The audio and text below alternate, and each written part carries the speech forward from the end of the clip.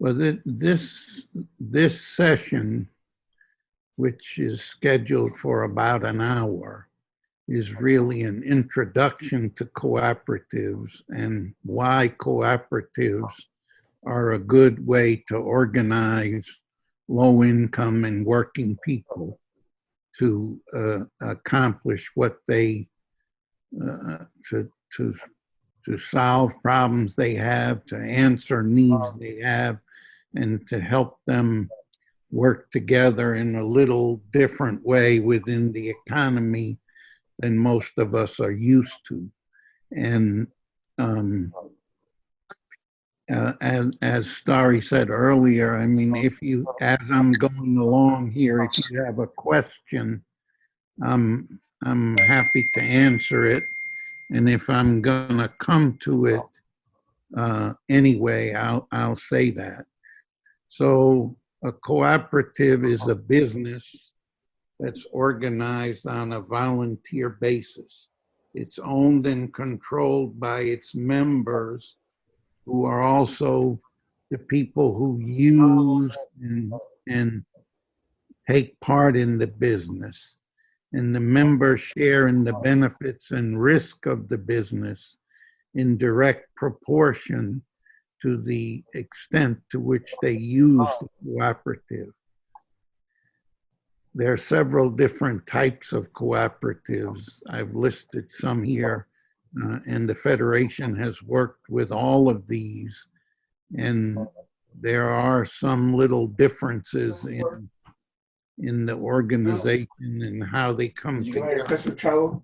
Most of the Federation's membership, agricultural, also consumer cooperatives, which are groups of people who buy things together, credit unions, which are institutions where people save and borrow money together. And one of the problems now is that the National Credit Union Administration in this country has made it more difficult for community groups and smaller groups of people to organize credit unions. They have created, they have a very high bar now for community development credit unions. And they have also, because the National Credit Union Administration is both the chartering institution and also the regulators and the folk who provide insurance for the deposits, they have been pushing smaller credit unions to merge into larger credit unions. And in the last 10 years, they've reduced the number of credit unions in this country from 20,000 to 15,000 or less. And a number of the Federation's credit unions that the Federation organized and started have now been merged into larger credit unions. And while in some cases that gives them access to more money, it takes away the part of learning how to run a financial institution and people really interacting and working more locally, directly with their neighbors and people who know in approving credit applications and all of that.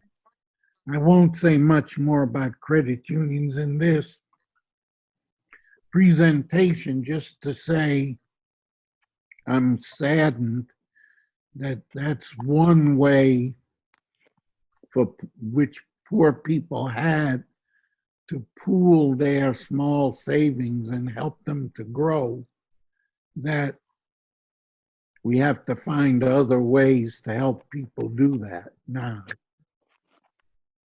Housing cooperatives are a way to provide housing for people, and they take out the speculation part of housing so they can continue to make the housing available to people at an affordable rate.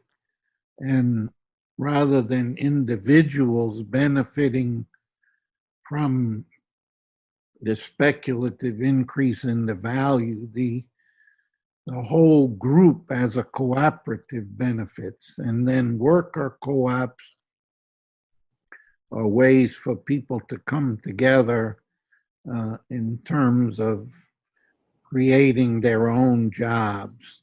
And there are various levels of this. We can talk about that as we go.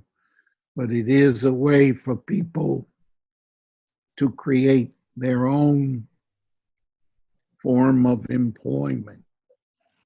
I think the reason that the Federation and a lot of the people I have worked with have chosen to go into co-ops because it's a way that people can build wealth, build businesses, build things to help them to improve their quality of life based on their participation, not based on their wealth. And I think co-ops are a way for poor and working people to own and control their destiny. And that's why I have been pushing cooperatives.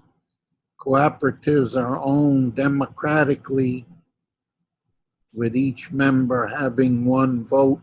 They use that vote in electing board members, in making major policy decisions, and really controlling the way the cooperative operates. And the earnings in a cooperative are based on the amount of time or trade each member puts into the cooperative rather than the amount of money invested. And I think that's a critical difference between cooperatives and other forms of business organization. And it does give an opportunity for people to work together and build on their own and not have to be dependent on investors with great wealth. The values of cooperatives are self-help, responsibility, democracy, equality, equity, solidarity. And these values come, and the principles which we're going to talk about in a minute, have come from the International Cooperative Alliance, which is an international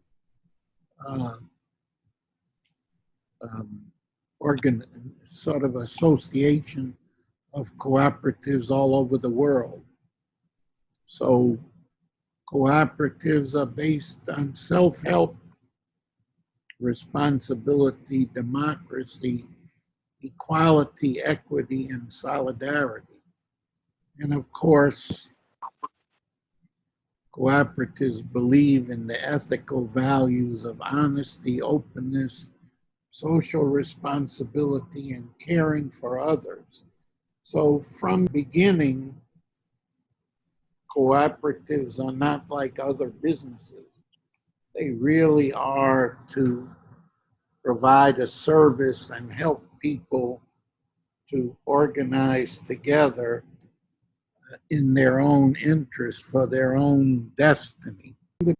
And these are the 7 cooperative principles, and we'll look at each one. And the real goal is for the members of the cooperative to understand these principles. Okay, so the cooperative principles, and these are the 7 uh, cooperative principles that the International Cooperative Alliance recognizes.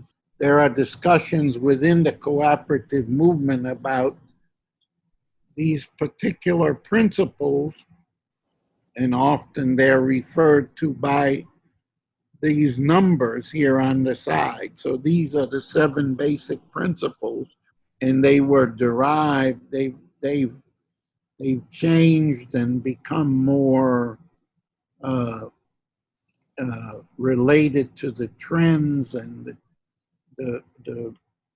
they've been modernized, but these same principles were first adopted in the 1840s by the pioneers of the cooperative movement in Rochdale, England. And sometimes you hear about the Rochdale cooperative principles, and these have been derived and sort of expanded and extended from those principles. So we'll go into each one of the principles now. Maybe before that, are there any questions so far? Okay, well, we'll go ahead, sorry, to the next. So cooperatives are voluntary organizations open to all persons able to use their services and willing to accept the responsibilities of membership without gender, social, racial, political, or religious discrimination. So open membership is important. What that means is that the people you bring into your cooperative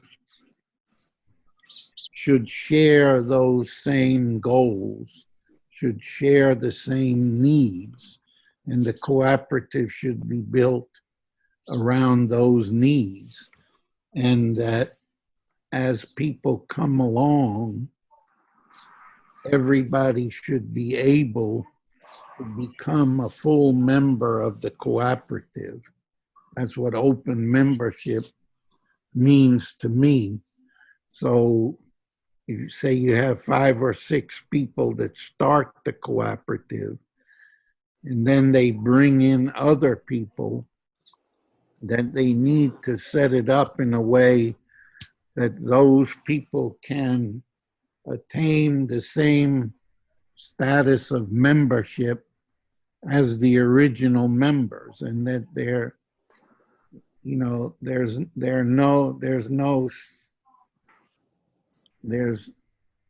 there's no second class members, or there are no we are the members and you are the workers, or no, it really has to be that if you have a cooperative, that the the membership is open to everyone who shares the need for the co-op, and they can meet the requirements for membership.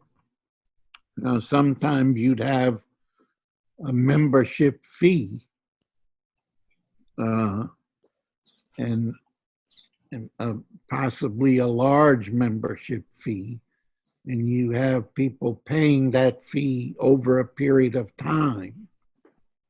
So they may not become a full member until they pay the full amount of money to join. But at that point, they become full members and have the same rights as other members.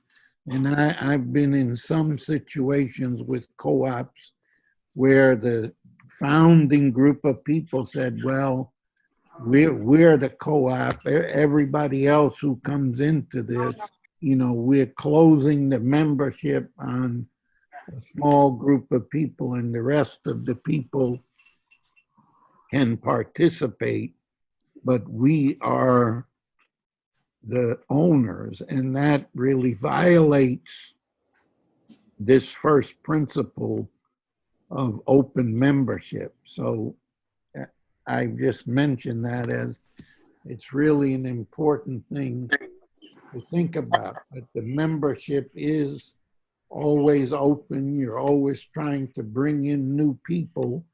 Yes, you can have requirements, but once people meet the requirements, they need to be full members of the cooperatives. Hey, Mr. Zipper, but given Yeah. that example you just mentioned, you were speaking about that it would become a closed cooperative then, right? Well, and that's the question. What does that mean to you? Well, I'm assuming, like, well, as soon as you put that fee piece in there, and it's not based on doing business, and I just assume that's a closed co-op. It's not. It's just a technical point, but I just thought you were talking What about I'm saying is that really to have a co-op, you have to have an open membership. Now, your membership might include paying certain fees. There are some worker co-ops and the membership fee is equal to 1 year's wage, and people can pay that over time, or they can pay it all at once. So, you know, their cooperatives require you to sell a certain number of products or put in a certain amount of labor uh, each year, and so you can have requirements. What I'm saying is, if people meet the requirements, they have to be recognized and considered as full members. I have a question, John, from this chat, unless you want to continue with that. Go ahead. It says, what if, and this is from Demelda, what if you have a black farmers co-op and a white member wants to join? Do you have the option of saying no or asking additional question as to why they want to be a member of a black farmers co-op? Well, I've faced this along the way. And I think if the person says and shows that they have the same need, they need the services of the cooperative, we have allowed them to join. So we're not part of the whole open membership concept. It is not to discriminate. So and we had some cases where I was in some cases where a white farmers co-op wanted to take over a predominantly black member co-op, and the members voted that would not, it would no longer serve the purpose that it was set up for, to help people who had been disadvantaged and discriminated against and giving them a fair chance. They felt these folk wanted to take it over and get rid of them. You know, I think again, it goes back to, do people have, what are the needs of people? Are they willing to work with the other people in the group? Are they willing to share? So I'm not sure we want to discriminate against anyone based on race or gender or any other characteristic, but we want to make sure that they share the needs and that they are willing to participate on a fair basis. I don't know if that answered the question. Demelda, can you hear? Well, hopefully she can hear.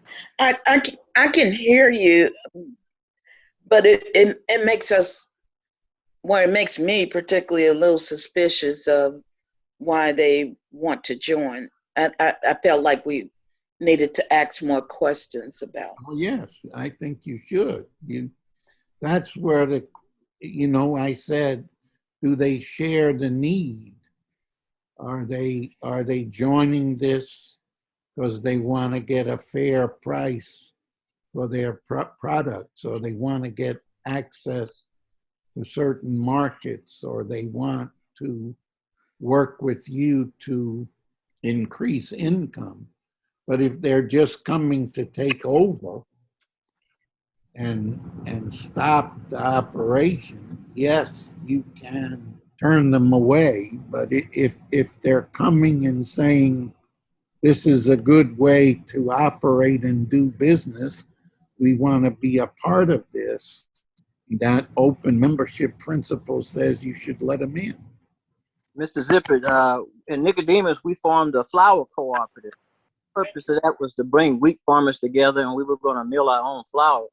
And primarily, it was for the Nicodemus farmers. But we had a white farmer that wanted to be and our legal counsel was that if he was a wheat farmer and he wanted to be a part of the milling operation, we could not deny his membership.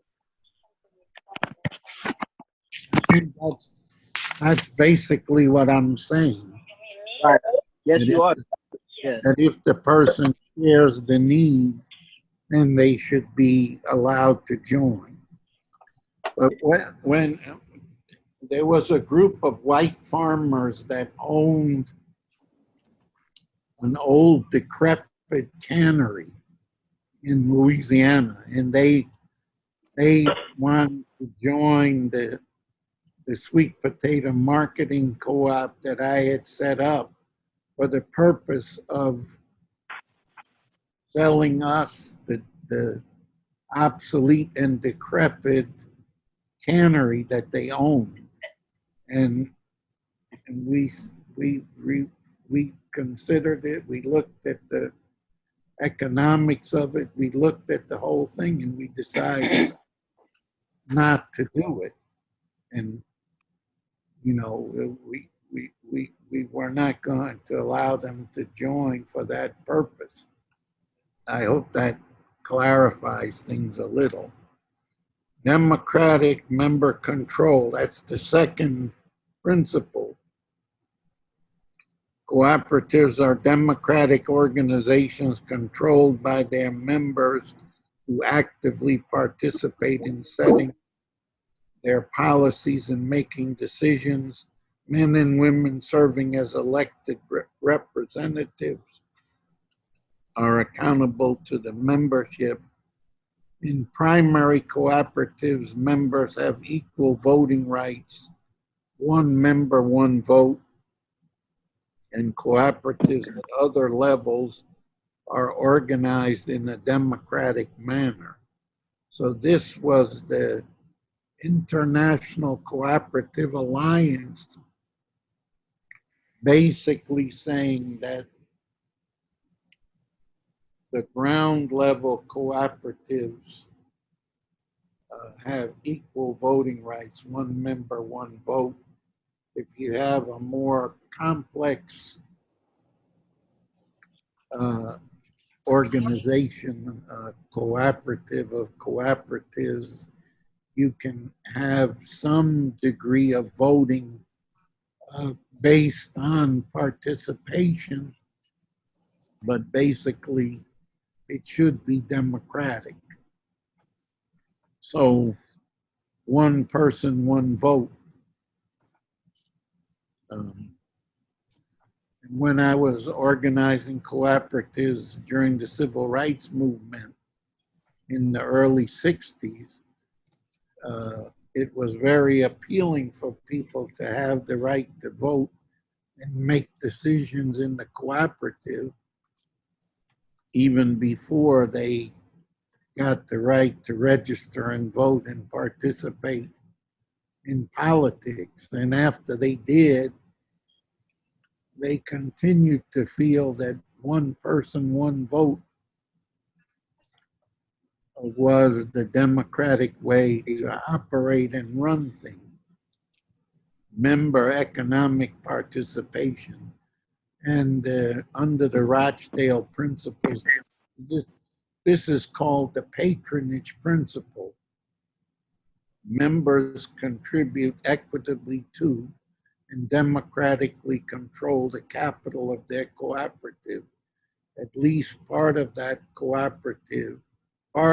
capital is usually the common capital of the cooperative.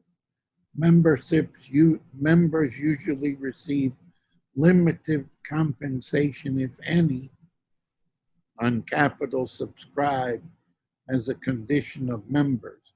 Members allocate surpluses for purposes like developing the cooperative, benefiting members in proportion to their transactions, and supporting other activities. So basically the key here is that the more you participate in the cooperative, the more of the benefits you get. And if there is any surplus to be divided at the end of the year, part of it goes to keeping the co-op going, part of it goes to the members according to the amount of business they did with the cooperative or the extent to which they used it, or in a worker co-op, the number of hours that they worked. And then some cooperatives use a portion of their surpluses to support the community and other activities. I rarely use the word profit in connection with cooperatives.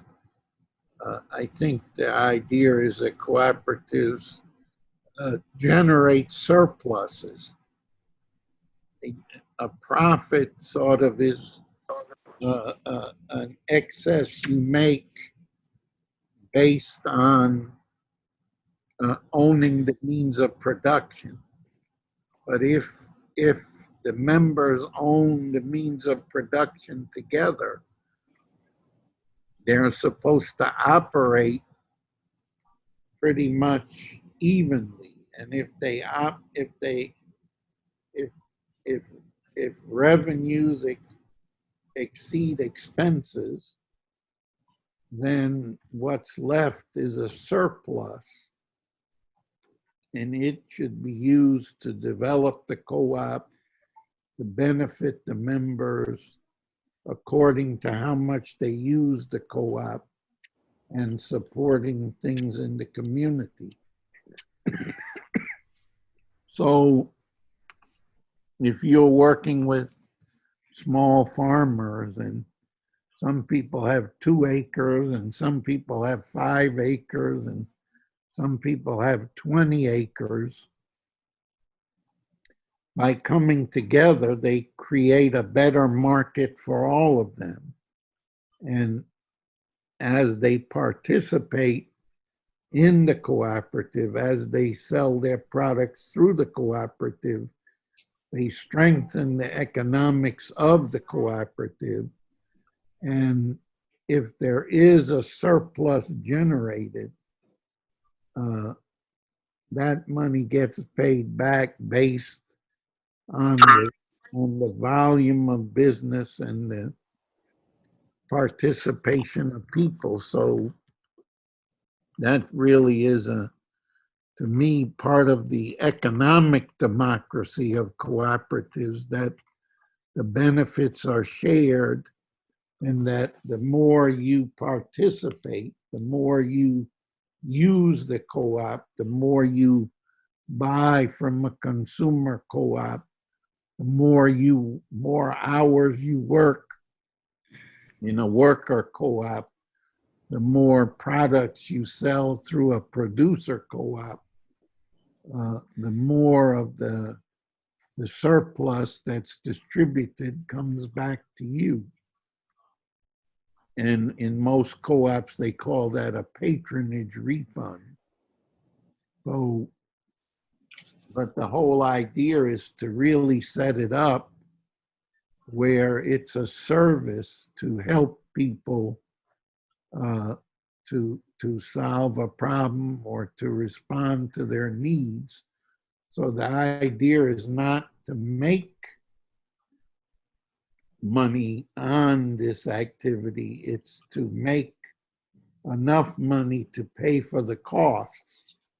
And if there is a surplus generated through that, then the surplus is also shared equitably.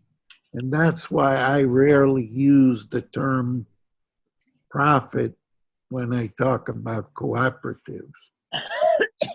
Because I think that the concept of profit brings in a lot of other concepts that are not related to sharing and equity and democracy and all of those concepts.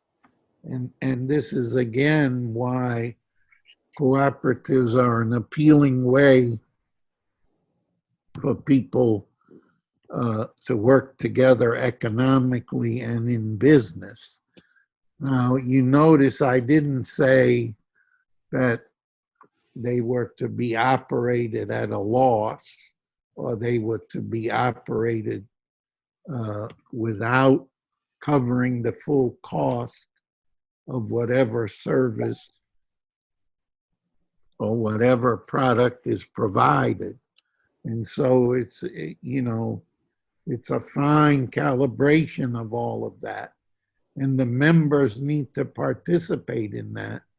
And all of the members and part of what the Federation has done is that the members really need to understand the finances of the cooperative, how they work, who we borrowed money from, who we have to pay back, why the more sales we make, the better chance we have of developing a surplus.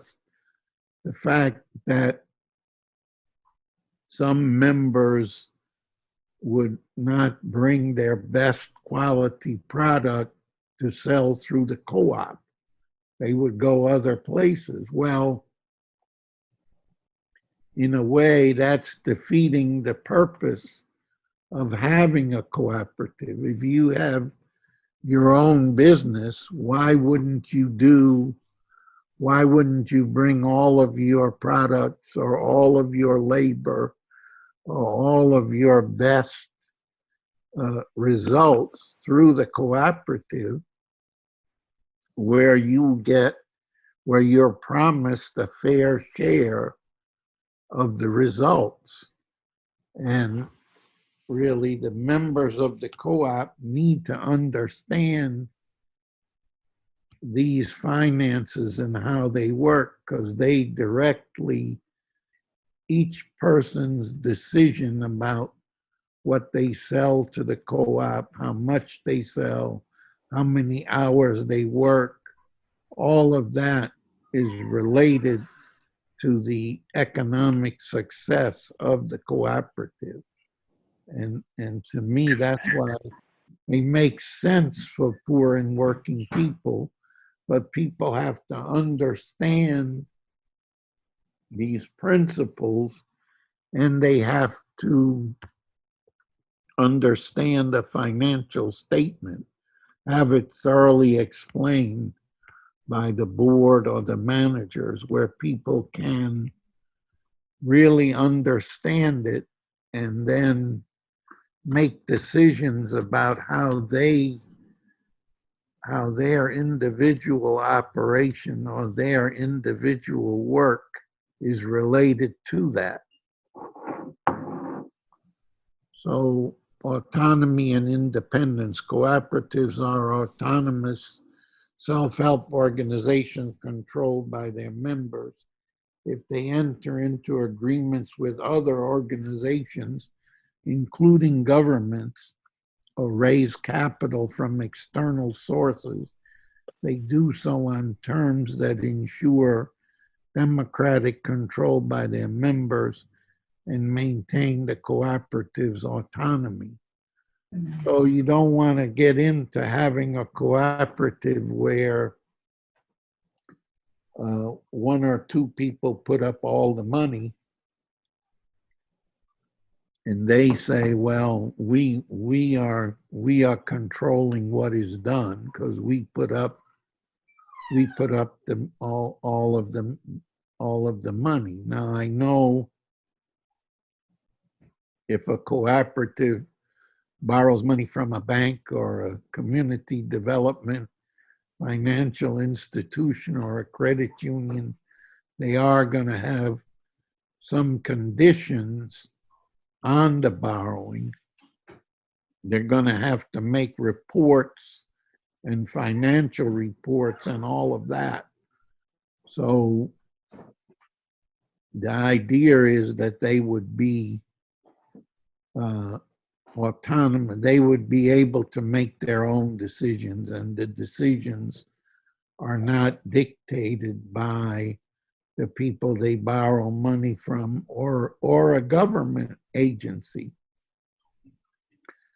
So this is kind of in the International Cooperative Alliance, they were also wanting to make a distinction here between cooperatives that people join themselves voluntarily and some cooperative structures which in some countries are set up by the government and controlled by the government, and people don't have any say as to whether they can participate or not. So, it's important that there be autonomy and independence of cooperatives. John, I have a question from Lorette. How difficult is it for cooperatives to access loans or other support, especially from government agencies? Are changes needed? That's kind of cut off a little.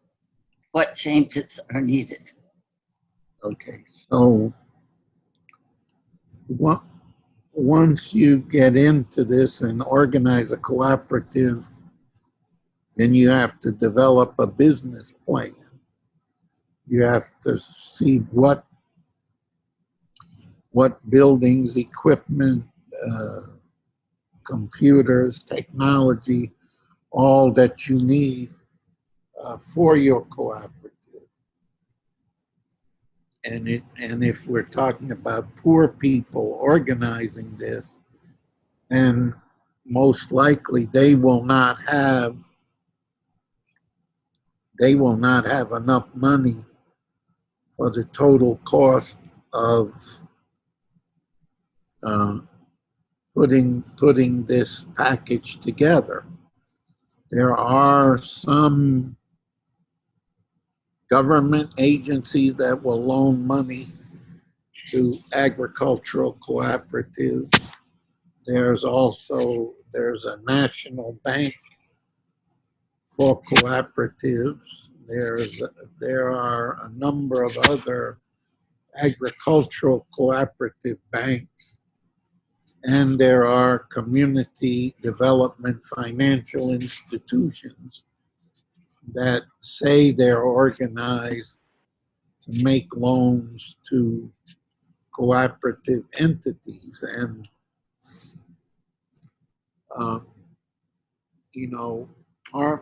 I think there need to be more government and private resources available to cooperative development. I can provide a list of the existing ones that I know about. And, basically you have to have enough members, you have to have enough people to make it economically feasible. You have to show a business plan that what you're going to do as the cooperative and what you need financing for will at least allow you to operate without losing money, to helpfully generate a small surplus. So I think there is a need for expanded government support of loans to cooperatives, and also more support for community development financial institutions and other systems, both, both to make loans and in some cases to make equity investments. And these would be investments because of the jobs and the social good that the cooperative will do, that there should be some equity funds, again, based on what the members will do, what the members can generate, and all of that. I think there are models to show and the possibilities to make that work. I don't know if I've answered the question. Number 5 is education, training, and information. And this, Rochdale people call this principle constant education. Cooperatives provide education and training for their members, elected representatives, managers, and employees so they can contribute effectively to development of their cooperatives. They inform the general public, particularly young people and opinion leaders, about the nature and benefit of cooperatives. So basically a principle of cooperatives is to realize that this is not just a financial issue, but really a human development process, not just a financial process, but a process of involving people and helping people to learn and know more about the economics of their own business and the economics of the society they live in. So part of this is that cooperatives have a continuing responsibility to help educate people and bring them more information that they need to make good decisions. And, I think this is important. Today's session, from my vantage point, is a way of doing this to expand the cooperative movement. I think that most of the educational institutions in this country do not mention or teach much about cooperatives. In high school, in elementary, high schools, colleges. I took economics, I took political science. It was a long time ago, but they didn't say much about cooperatives. And when I found myself in Louisiana in 1965 with a bunch of sweet potato farmers who said, we're not getting a fair price for our sweet potatoes, what can we do about it? We had to learn together what a cooperative was and what cooperatives could do in terms of helping people who were exploited and people who needed to get a fairer price for their production. So I think the education goes hand in hand with the actions to help people come together and understand what it takes to work together with other people and to have all of the information, including the economic information, to do that. John, we have a question from Billy Lawton. Managing the co-op appears to be a major issue. Farmers are so involved in farming that no one is in charge of the day-to-day management. How do we address this issue? And I will go to the next slide. Well, I think when people come together and they make a business plan or a financial plan, they realize that they have to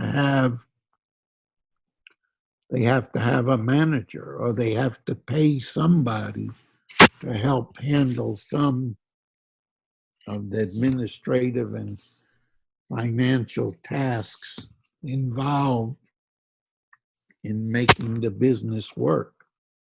And depending on the complexity of the cooperative, they have to really find people who do know something about the business involved and also know something about business in general and keeping records of business. And so the idea is to come together. Part of it is to select the board of directors sometimes, or sometimes if the cooperative is small, all the people meet as a committee of the whole, everybody. But once you get past 25 or 30 people, I think you have to go to some kind of board of directors system. And then the board of directors need to find a person to be the manager. And we have always found that at least in the agricultural co-ops that are part of the Federation, we have always found that there are some farmers themselves who have become the best managers of the cooperatives. And it meant in some cases they had to stop their own farming operation to manage the cooperative for the benefit of everybody else in the community and generate enough money to pay their salary. So I think, as a group of people come together, they have to look at the economics of what they're doing. Is what they're doing really feasible? What are they proposing to do? And what markets do they have, and how can they get to those markets, and put together a business plan based on that, which should have a management component, even if it's a part-time management to start with. Some have even gone with volunteer managers. We had a lot of the credit unions that the Federation worked with that had volunteer managers or part-time managers. And that's part of what the National Credit Union Administration has now tightened up the rules, that they want you to be able, the day you open, to pay a professional manager to have all of the computer and surveillance and safety systems in place. And the amount of money involved in that puts you in a position where you have to have thousands and thousands of people who want to participate in the co-op in the credit union before you can open, before they'll give you a charter and you can open the doors. And it used to be that you could function with a voluntary manager treasurer, a person who would do it on Saturdays and Sundays and in the evening. And eventually, when they got to a position, when they got big enough to be paid, but that, you can't get a charter for that anymore. The sixth principle, I know Are we're you ready for another question, John, or do you want to go on with the slide? well, I'll take a question. I don't know if I'm answering these questions. I think you are. Some people may have to leave because it's an hour, but Yes. Les Olson from UFCW says, what about workers who choose not to become worker owners or workers in a farmer or consumer-owned co-op? How do you protect their rights? This becomes a bigger challenge as the co-op scales up its operations. We at UFCW have attempted to solve this challenge by creating a new model. This is a worker-owned co-op with a union contract. So you may have workers as well as worker owners in this model. But they have a labor contract to protect the workers. Yeah. Well, I was going to say there are some hybrid models where, you know, the owners, say you have a food store with 40 employees, the employees become a worker co-op to manage and do the work of the co-op, and then you have 1,000 people who are the members who come to the grocery store, or 2,000, 5,000 come to the grocery store to buy. And both groups, you have a hybrid where both groups have ownership, and the workers elect some of the board, and the other members, the using the consumer members elect the rest of the board. So there are various models. I think the important thing is that we don't wind up with some of the people connected with the cooperative exploiting other people who work for the co-op. John, this is Dennis Olson. I asked the question, and just to expound on it a little bit to try to clarify where I'm coming from. So we created, we worked with the Mondragon worker-owned cooperative out of the Basque Country of Spain back in like 2011-12, and there was an agreement between them and the steel workers that merged the U.S. collective bargaining model with the Mondragon worker-owner model. The Mondragon worker-owner model did not have a union contract. They don't have a union contract in Mondragon. It is a worker-owned co-op, but they have social councils that are supposed to represent the interest of the worker owners vis-a-vis the management. And this is a multinational corporation. So the new model basically replaced the social councils that were in the Mondragon model with an actual union committee that's made up of worker owners that then also negotiates a real union contract with the management. And therefore, not only are you protecting the rights of the worker owners, you're also protecting the rights of those workers who choose not to be a worker owner, because in that model, it was a farm and a food hub. And the buy-in was initially, I'm not sure what they finally arrived at, but at one point they were talking about a $10,000 buy-in, and that didn't mean that people had to put $10,000 up front on the table, but it was 3% paycheck reduction that built an equity account over time. And that built up, but the caveat was they couldn't spend that money for 10 years because it becomes the working capital of the co-op. And so that's a pretty heavy ask. It's also a year-long probationary period. You got to buy into the model and all of this other stuff. And the first thing they ran into is seasonal workers who don't really want to make that kind of commitment, right? That's a pretty big ask. And so you're going to have some workers that are not going to want to become a worker owner.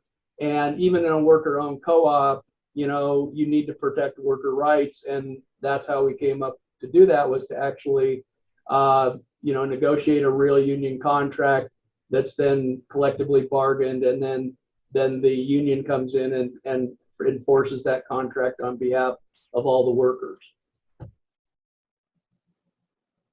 Well, I think that's a good model.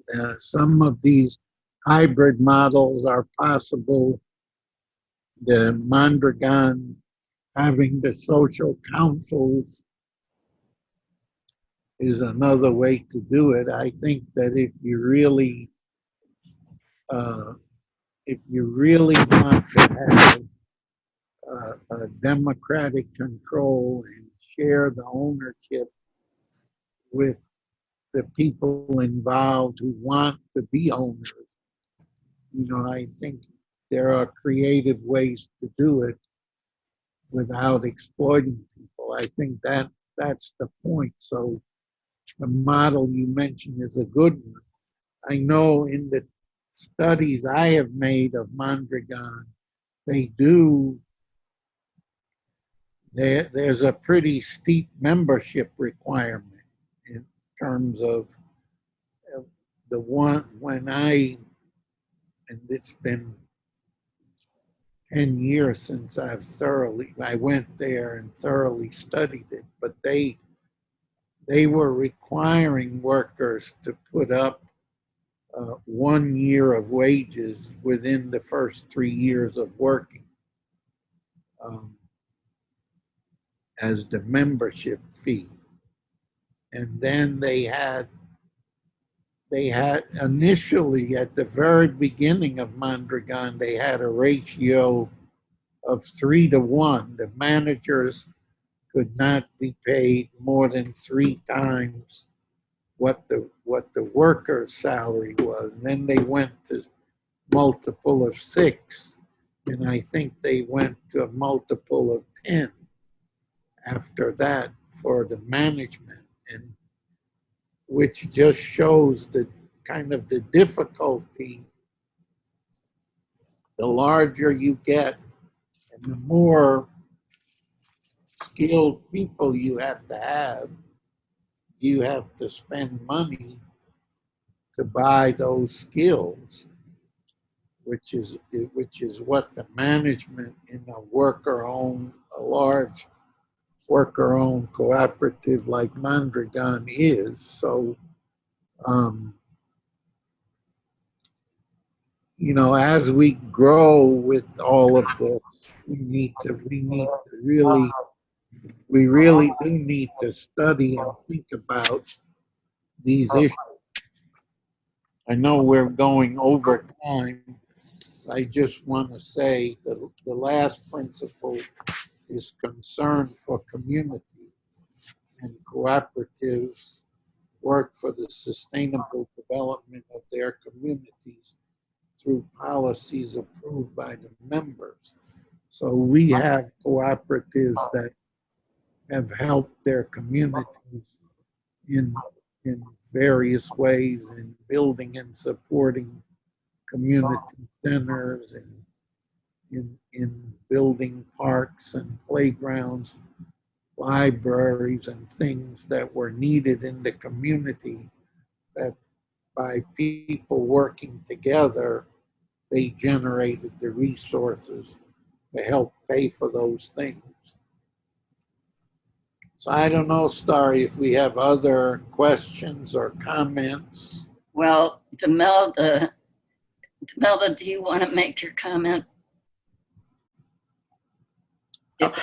My comment was just that our secretary handles all of the moving parts of our day-to-day operation, and then she passes it on to any member that's specifically over a certain piece or part of the cooperative's work.